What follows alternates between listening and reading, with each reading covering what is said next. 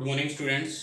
आज हम class 9th के मैथ्स के रिगार्डिंग चैप्टर नंबर 6 में लाइन एंड एंगल्स, इससे प्रीवियस पार्ट के अंदर मैंने चैप्टर नंबर 5 करवाया था। चैप्टर नंबर 5 के अंदर मैंने 5.1 एक्सरसाइज को सोल्व करवाया था, 5.2 को नहीं सोल्व करवाया था। 5.2 के अंदर कुछ नहीं है, जो एक्सियोम्स और पोस्टुलेट हमने पढ़े थे उन्हीं को डिस्क्राइब किया गया है, तो आप 5.1 तक ही कर लीजिए, सफिशिएंट है। नेक्स्ट हमारे पास चैप्टर आता है chapter number 6 lines and angles. तो इस यहाँ पर इस वीडियो के अंदर हम इसके अंदर किसकी बात करेंगे, इसकी बेसिक टर्म्स और कुछ बेसिक डेफिनेशन के अंदर, क्योंकि ये पार्ट हमें समझना जरूरी होता है। उसके बाद में हमें क्वेश्चन के रिगार्डिंग कुछ भी दिया होता है, हम उसके बेसिक पॉइंट्स को आसानी से रीड करने में आसानी होती है। कोई भी स्टेटमेंट लिखी होती है, अगर हमें ये पार्ट छोड़ देते हैं, इसको नहीं रीड आउट करते हैं, तो फिर हमें कुछ क्वेश्चन में लिखा हुआ है सप्लीमेंट्री एंगल, कॉम्प्लीमेंट्री एंगल क्या होता है, सप्लीमेंट्री एंगल क्या होता है, कोलिनियर पॉइंट क्या होता है, नॉन कोलिनियर पॉइंट, फिर हमें दिक्कत आती है कि ये चीज क्या होती है। तो इससे अच्छा क्या होता है कि हम उसके कुछ बेसिक टर्म्स को और कुछ डेफिनेशंस हैं उनको पहले रीड आउट कर लेते हैं, ताकि चैप्टर को समझने में आसानी हो जाए। देखिए चलते हैं हमारे पॉइंट के ऊपर। तो मैंने कुछ लेफ्ट हैंड साइड में कुछ पॉइंट्स पहले से राइट कर दिए हैं, कुछ राइट हैंड साइड में राइट किए हैं, तो इनको बाद में डिस्कस करते हैं, पहले इनके बारे में बात। तो कुछ बेसिक टर्म्स के बारे में बात करते हैं। तो पहला पॉइंट क्या है हमारा, पहला ही ये पॉइंट, पहली डेफिनेशन किसके बारे में है, पॉइंट के बारे में। तो ये डेफिनेशन मैंने आपको चैप्टर नंबर 5 में भी बताई थी, अभी भी बता रहा हूँ। चैप्टर नंबर 5 के अंदर भी जैसे डिस्क्राइब किया था कि इट इज ए डॉट। इसकी रिप्रेजेंटेशन पहले तो बात करेंगे, इसकी रिप्रेजेंटेशन क्या होती है। इसकी रिप्रेजेंटेशन क्या होती है, डॉट। एक पॉइंट किसे बोलते हैं, it is a dot.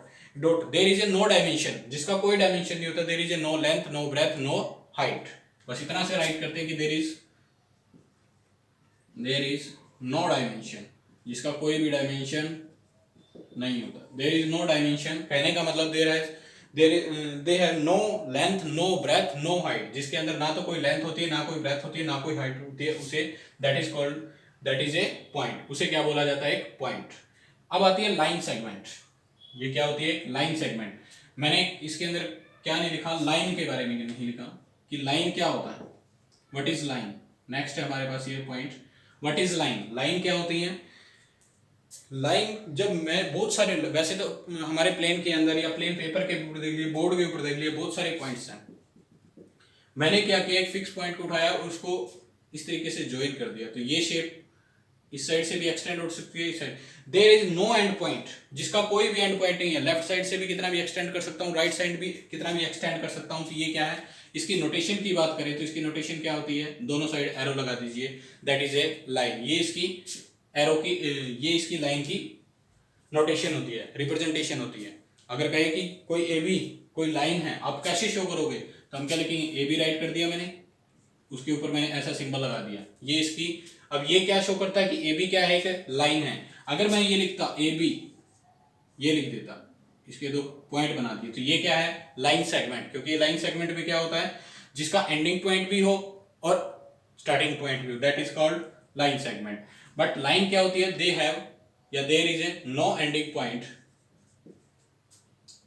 There is no starting point and no ending point. There is no starting point and no ending point. उसे क्या बोलेंगे हम, उसे क्या बोला जाएगा, एक line. That is it is a called a, मतलब इसको क्या बोलेंगे हम, एक लाइन बोलेंगे। लाइन सेगमेंट क्या होता है, एक लाइन का ही एक पार्ट होता है, लाइन का ही एक पार्ट होता है उसी। जैसे मेरे पास ये लाइन थी, इट इज ए लाइन, यह एक लाइन है। अगर ये एक लाइन है तो इसके अंदर मैंने कोई दो पॉइंट फिक्स कर दिए, सर ये दो पॉइंट्स है A and B, that is called line segment. ये इसका स्टार्टिंग पॉइंट है, ये इसका फाइनल पॉइंट है, कुछ भी कह लीजिए, किसी को भी स्टार्टिंग पॉइंट और इसका स्टार्टिंग पॉइंट, इनिशियल पॉइंट या फाइनल पॉइंट कह लीजिए, स्टार्टिंग पॉइंट या एंडिंग पॉइंट कह लीजिए, दोनों में से कुछ भी कह सकते हो आप ऑप्शन में। तो क्या, there is no starting point and there is no starting point and no ending point, जिसके अंदर ना ही तो स्टार्टिंग होता है ना ही एंडिंग पॉइंट है, तो ये नहीं पता कहां से स्टार्ट हो रही है कहां पे खत्म हो रही है, उसके बारे में क्या बोला जाएगा कि वो क्या है, लाइन। बट जिसके बारे में हमें पता है कि ये ए से स्टार्ट हो रही है और बी पे खत्म हो रही है, या बी से स्टार्ट हो रही है और ए से खत्म हो रही है, तो वो क्या है, इसका एंडिंग पॉइंट भी है और इसका स्टार्टिंग पॉइंट भी है, तो वो क्या होगा हमारे लिए, एक लाइन सेगमेंट। तो सेम इसकी डेफिनेशन के अंदर क्या लिखेंगे, दे have one starting point and one ending point, जिसका स्टार्टिंग पॉइंट भी होता है और जिसका एंडिंग पॉइंट भी होता है, उसे क्या बोलते हैं, लाइन सेगमेंट। आप राइट कर सकते हो सेम एज इट इज, बिल्कुल। रे क्या होता है, रे की नोटेशन कैसे करोगे, रे के नोटेशन के लिए आपको नोटेशन बता देता हूं, ये देखिए, there is only one starting point, जिसके अंदर केवल एक ही स्टार्टिंग पॉइंट होता है बट एंडिंग पॉइंट नहीं होता है। जिसके जिसके अंदर हमें स्टार्टिंग पॉइंट के बारे में तो पता होता है बट एंडिंग पॉइंट के बारे में नहीं पता होता। अब घरों में क्या होता है, बल्ब होता है इस तरीके से, बल्ब जैसे ही रूम में हम ऑन करते हैं, ऑन करने के बाद भी उसकी रोशनी चारों तरफ से लाइट जो है वो पूरे रूम के अंदर बिखेर देती है, भाई जितना भी बड़ा रूम है उस सारे रूम के अंदर चली जाती है। तो हमें ये तो नहीं पता कि वो कौन से कोने तक कहाँ कहाँ तक जा रही है, कहीं पर भी लगा लिया, आप बाहर लगाते हो लाइट, किसी भी रूम के अंदर लगाते हो तो उसकी लाइट हमें कोई वो तो नहीं है पर्टिकुलर कोई एरिया की यहीं तक जाएगी जी, आगे नहीं जा सकती जी, ये कोई बाउंडेशन तो नहीं है। तो इसी के लिए हमें वो क्या होता है, कितना भी वाइड जा सकता है, वो जो रेंज है उसकी वो कितनी भी दूर तक जा सकती है। तो ये क्या होती है, तो सेम सेम तरीके, यही रियल लाइफ का एक एग्जांपल की तरह, जिसका कोई स्टार्टिंग पॉइंट, अब ये इसका स्टार्टिंग पॉइंट तो है बट एंडिंग पॉइंट नहीं पता हमें कि कहां तक जाएगी इसकी लाइट, तो इसे क्या बोलते हैं, रे बोलते हैं। ठीक है, तो ये रे का एक एग्जांपल था कि they have one starting point but no ending point, जिसका केवल एक स्टार्टिंग पॉइंट होता है बट एंडिंग पॉइंट नहीं होता है, उसे क्या बोलेंगे हम, रे के बारे में। नेक्स्ट आता है हमारे पास, आप इसे राइट कर सकते हो इजिली अपनी लैंग्वेज के अंदर जो आपको अच्छा लगे। बस इसमें मैं तो इतना ही कहना चाहूंगा कि इसके अंदर they have one ending point but no starting point, there is one starting point but no ending point, but no ending point, जिसके बारे में उसे क्या बोला जाता है, दैट इज ए रे। वो क्या होगी हमारे पास, एक रे होगी जिसका एक स्टार्टिंग पॉइंट होगा और एंडिंग पॉइंट नहीं होगा। आगे देखिए, कोलिनियर पॉइंट्स, कोलिनियर पॉइंट्स क्या होते हैं, दीज आर दोज पॉइंट्स, ऐसे पॉइंट्स जो एक ही लाइन पे लाई करते हैं, मतलब हम ये कह सकते हैं थ्री और मोर देन पॉइंट्स, तीन या तीन से ज्यादा ऐसे पॉइंट्स जो एक ही लाइन के ऊपर लाई करते हैं, उन्हें क्या बोला जाता है। फॉर एग्जाम्पल के लिए मेरे पास एक लाइन है, इस लाइन के ऊपर मैंने ए बी और सी और डी ये चार पॉइंट ले लिए, तीन हो या तीन से ज्यादा हो, उन पॉइंट्स को क्या बोला जाता है, कोलिनियर। कोलिनियर कब कहेंगे, जब वो तीनों पॉइंट्स एक ही लाइन के ऊपर लाई करते हो, that is called collinear points.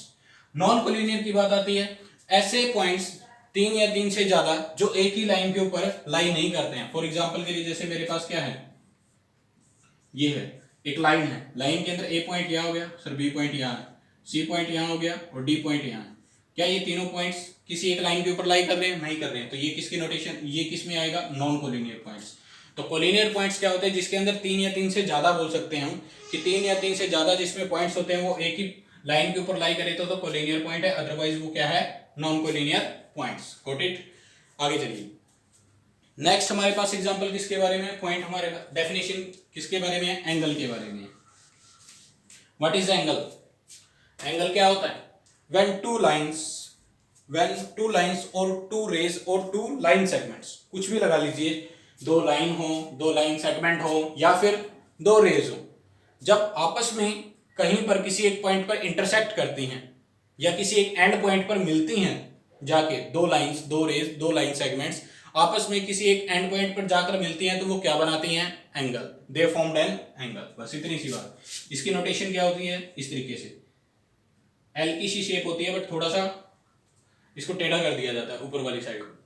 तो इसमें क्या होता है कि जब भी दो रेज, सपोज कीजिए मेरे पास ये एक रे है या एक लाइन है, एक अनदर लाइन ये है, दूसरी लाइन ये थी, और ये दोनों पॉइंट इस पॉइंट पे क्या कर रहे हैं, इंटरसेक्ट कर रहे हैं। अगर ये दोनों लाइंस किसी पॉइंट पे इंटरसेक्ट कर रहे हैं तो वहां क्या बनेगा, एक एंगल बनेगा, तो दे फॉर्म्ड एंगल, तो वहां क्या बनेगा, एक एंगल बनेगा। तो हम इसमें अपनी लैंग्वेज में डेफिनेशन बना सकते हैं, व्हेन टू लाइंस और टू रेज और two line segments intersect at a point then they formed an angle. या फिर ऐसे लिख सकते हो, when two rays, two line segment और two lines meet at one end point, किसी एक एंड पॉइंट पर मिलते हैं तो वो क्या बनाते हैं, दे फॉर्म्ड एन एंगल। क्या लिखेंगे, व्हेन टू लाइंस और रेज टू रेज रेज कह लीजिए intersect at a point, intersect at a point, when two lines or two rays intersect at a point, जब एक पॉइंट पर इंटरसेक्ट करते हैं, then they formed an angle, तो वो क्या बनाएंगे, एक एंगल बनाएंगे। Got it? तो ये था हमारे पास एंगल के बारे में। अब एंगल के भी पार्टीशन आ जाते हैं, आगे पार्ट हो जाते हैं। कोई कहता है एक्यूट एंगल है, उसके बाद में obtuse angle, right angle, straight angle, reflex angle. तो देखिए क्या होते हैं। एक्यूट एंगल के बारे में बात करें, आप सभी पढ़ते आ रहे हो, 5th क्लास से ही पढ़ते आ रहे हो कि एक्यूट एंगल क्या होता है। एक ऐसा एंगल, सपोज कीजिए मैंने कोई एंगल ले लिया x डिग्री का, कोई भी एक एंगल, एक ऐसा एंगल जो 0 डिग्री से ग्रेटर देन होता है बट लेस देन होता है किससे, 90 डिग्री से, उसे क्या बोला जाता है, एक्यूट एंगल। सर ये कौन सा एंगल है, 89 डिग्री। ऑब्वियस सी बात है कि 0 डिग्री से बड़ा है, 90 डिग्री से छोटा है, तो कौन सी कैटेगरी के अंदर आएगा, एक्यूट एंगल के अंदर। ठीक है, तो इसी तरीके से ऑब्ट्यूज एंगल होता है। ऑब्ट्यूज एंगल क्या होता है कि हमारे पास सेम एक ऐसा एग्जांपल, एक्स कोई एंगल ले लिया जो 90 डिग्री से बड़ा होगा बट 180 डिग्री से क्या होगा, छोटा होगा। कहने का मतलब 90 से लेके 180 के बीच में लाई करता होगा, उस एंगल को क्या बोलेंगे हम। जैसे 110 डिग्री हो गया सर, 90 डिग्री से बड़ा है बट 180 से छोटा है, इसे क्या बोलेंगे, ऑब्ट्यूज। इसे क्या बोलेंगे, ऑब्ट्यूज। ऐसे ही 179 भी क्या होगा, एक ऑब्ट्यूज एंगल होगा। क्यों, 180 डिग्री से छोटा है। 90 से बड़ा होना चाहिए, 91 हो गया, 91 भी क्या है, 90 से बड़ा है बट 180 से छोटा है, तो ये कौन सी कैटेगरी के अंदर आएंगे, ऑब्ट्यूज के अंदर। 89 किसके अंदर आएगा, एक्यूट एंगल के अंदर। Got it. तो ये थे हमारे पास कुछ एंगल्स। अब कुछ, कौन सा है next angle, right angle. Right angle के बारे में आप जानते हैं, एक ऐसा एंगल जो कितने डिग्री का एंगल बनाता हो, 90 डिग्री का, उसे क्या बोलेंगे, सीधा। इसकी नोटेशन क्या होती है वैसे, एल के शेप में, इस तरीके से बिल्कुल प्रॉपरली बनता है ये, और इसका सिंबल ऐसे होता है कई बार, ये 90 डिग्री को शो करता है। स्ट्रेट एंगल, स्ट्रेट एंगल क्या होता है, एक स्ट्रेट लाइन पर बने हुए, स्ट्रेट लाइन इस तरीके से, इस एंगल को हम क्या बोलते हैं, 180 डिग्री। तो स्ट्रेट एंगल किसे कहा जाता है, एक ऐसा एंगल जिसकी वैल्यू क्या होती है, 180 डिग्री। हम स्ट्रेट लाइन के ऊपर ड्रॉ भी करके बता सकते हैं कि एक स्ट्रेट लाइन है जिसके ऊपर ये इतना एंगल जो होता है, ये 0 डिग्री सपोज करते हैं तो यहाँ तक 180, या ये 0 है तो यहाँ तक 180 डिग्री। अब रिफ्लेक्स एंगल क्या होता है, वही एक एंगल सपोज कर लिया x, एक ऐसा एंगल जो 180 डिग्री से बड़ा हो बट लेस देन हो किससे, 360 से। ठीक है, तो सर्कल, एक सर्कल का कंप्लीट एंगल, एक कंप्लीट एंगल किसे बोला जाता है, कंप्लीट एंगल 360 को भी बोला जाता है। तो जैसे एक सर्कल होता है, ये सर्कल कितने डिग्री का एंगल कंप्लीट कर रहा है, 360 डिग्री, कंप्लीट एंगल है। ठीक है, तो रिफ्लेक्स एंगल क्या होता है, जो 180 डिग्री से लेस, 180 डिग्री से greater than but less than किससे, 360 से, तो उसे रिफ्लेक्स एंगल के बारे में बोलते हैं। तो ये थे लेफ्ट हैंड साइड में जो मैंने राइट किए हुए थे कुछ बेसिक पॉइंट, आपको भी इनके बारे में पता होना चाहिए। जब भी आप एफएनबी बनाओ तो इसके बारे में आपको point, line segment, rays, collinear, non collinear, angle, acute, obtuse, right और स्ट्रेट और रिफ्लेक्स एंगल, इन एंगल्स के बारे में आप पहले राइट कर लीजिए, तो आपके नोट्स भी अच्छे से प्रिपेयर हो जाएंगे। आपको कभी भी कुछ भी पॉइंट्स देखना होगा तो आप उनमें से इजीली राइट कर सकते हो या देख सकते हो। देखिए कुछ नेक्स्ट टर्म्स है मेरे पास। नेक्स्ट टर्म क्या है मेरे पास,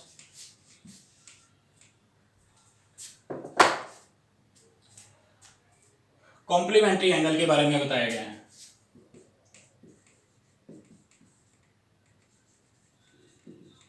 कॉम्प्लीमेंट्री एंगल्स क्या होते हैं, दीज आर दोज एंगल्स, ऐसे दो एंगल्स, दीज आर मतलब ऐसे दो एंगल्स जिन दोनों एंगल्स का सम कितना होगा, 90 degree, that is called. For example के लिए जैसे मैंने कोई ए एंगल लिया और कोई ए बी एंगल लिया, इन दोनों एंगल का सम क्या है, 90, तो ये दोनों एंगल क्या है, ए और बी क्या हो जाएंगे, कॉम्प्लीमेंट्री एंगल्स। ठीक है, सप्लीमेंट्री एंगल क्या होते हैं, सप्लीमेंट्री एंगल क्या होते हैं, दीज आर दोज एंगल ऐसे दो एंगल, जिन दोनों एंगल का सम क्या होगा, जैसे मैंने क्या ले लिया, एक एंगल सी ले लिया, दूसरा एंगल मैंने क्या ले लिया डी, इन दोनों एंगल का सम क्या हो जाएगा 180 डिग्री। अगर इन दोनों एंगल का सम 180 डिग्री है तो मैं इन दोनों एंगल को क्या कहूंगा कि ये दोनों एंगल क्या हैं, supplementary. C and D are, C angle C and angle D are supplementary. Got it. तो ये थे मेरे पास सप्लीमेंट्री और कॉम्प्लीमेंट्री एंगल। अब आता है एडजेसेंट एंगल। एडजेसेंट एंगल किसे कहा जाता है, एक फिगर के थ्रू समझिए कि एडजेसेंट एंगल क्या होता है।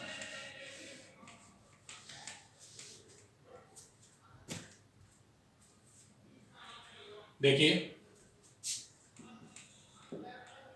एडजेसेंट एंगल, एडजेसेंट एंगल के अंदर मैंने कुछ पॉइंट्स लिख दिए, जैसे एक डायग्राम बनाया,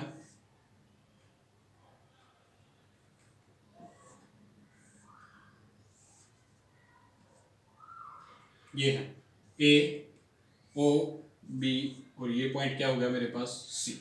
ये मैंने कुछ डायग्राम बनाए। तो इसके अंदर क्या होता है, फर्स्ट पॉइंट के अंदर हमारे पास क्या होना चाहिए, कॉमन आर्म। आर्म क्या होती है, एक साइड। कोई भी फिगर के अंदर साइड बोल दीजिए, कोई भी डायग्राम के अंदर साइड बोल दीजिए। दूसरा common vertex, common vertex. Third point क्या होना चाहिए, non common arm, non common arm. ये 3 पॉइंट्स आपके पास मिलनी चाहिए।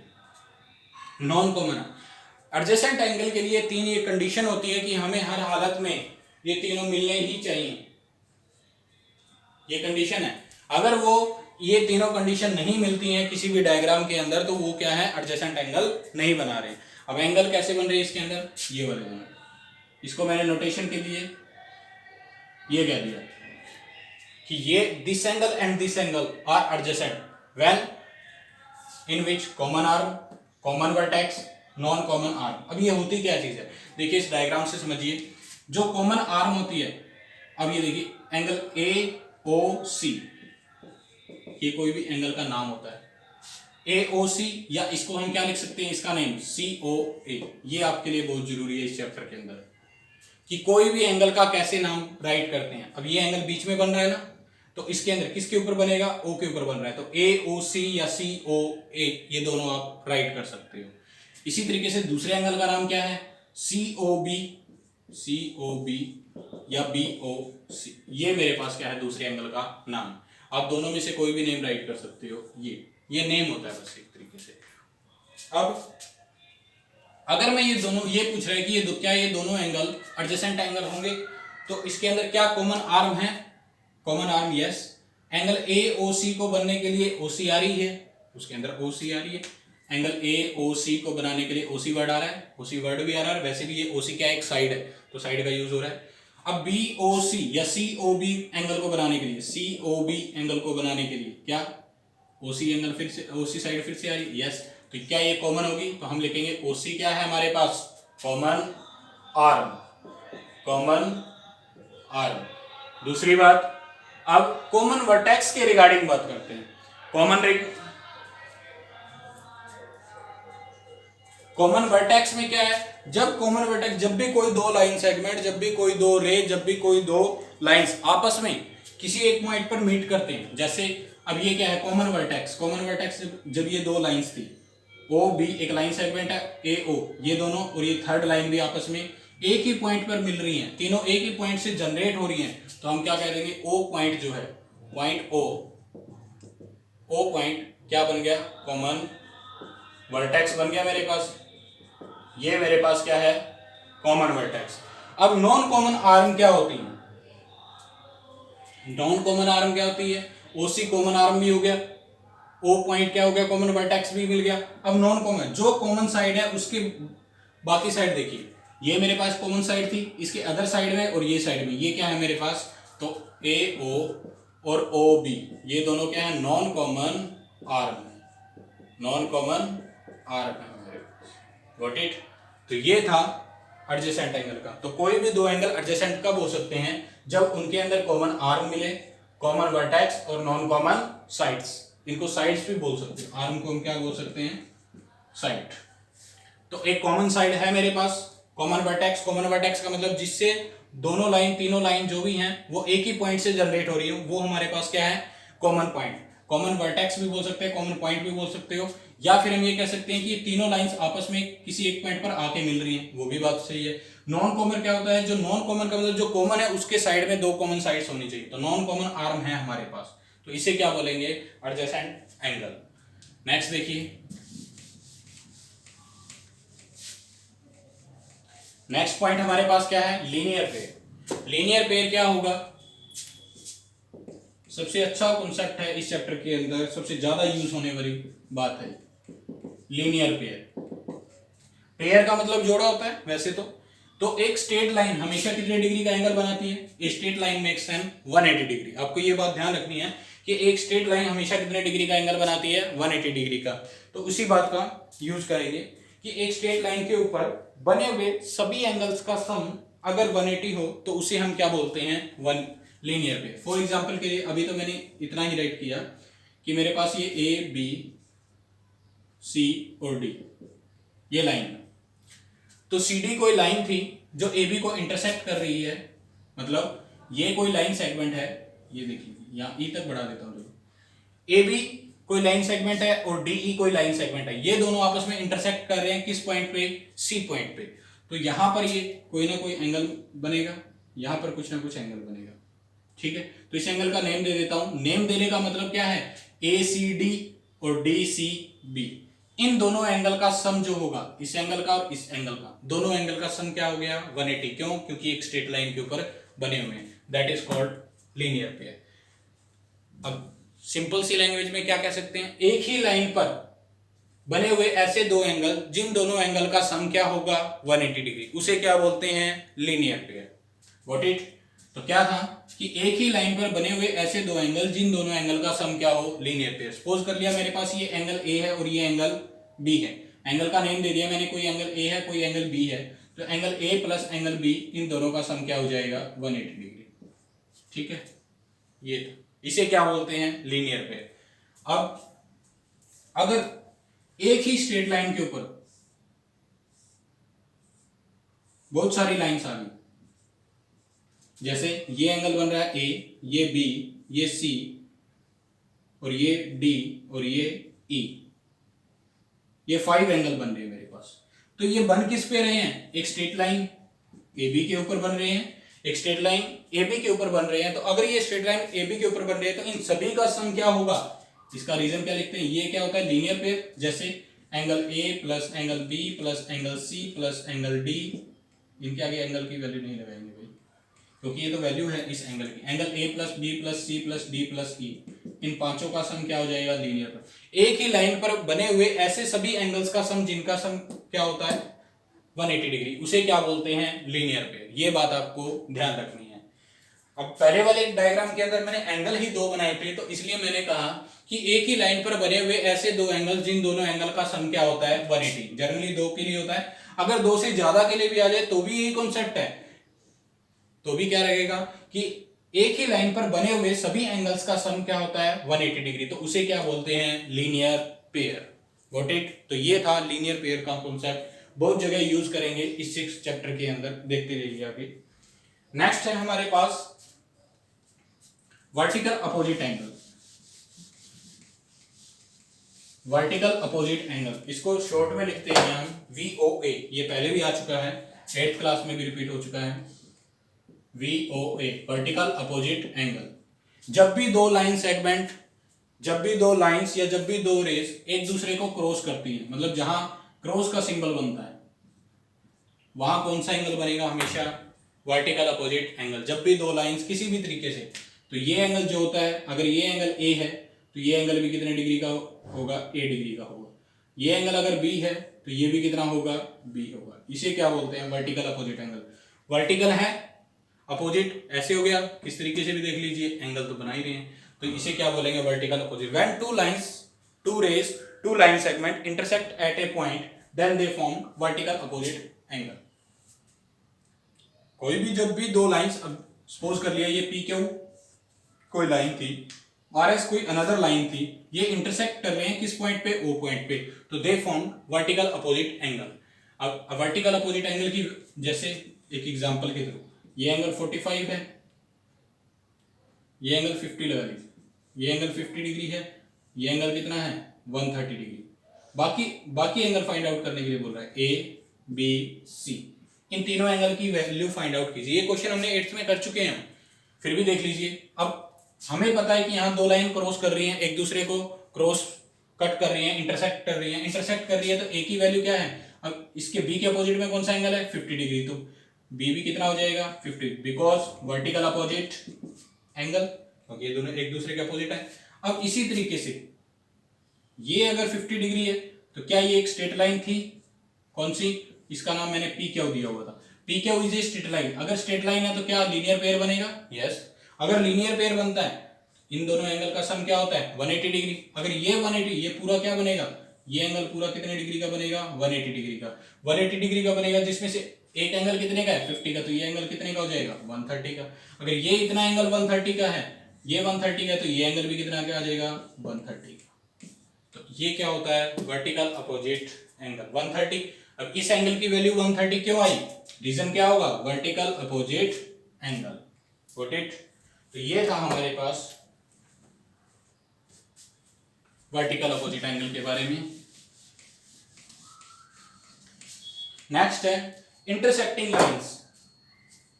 जब दो लाइंस इंटरसेक्टिंग लाइन,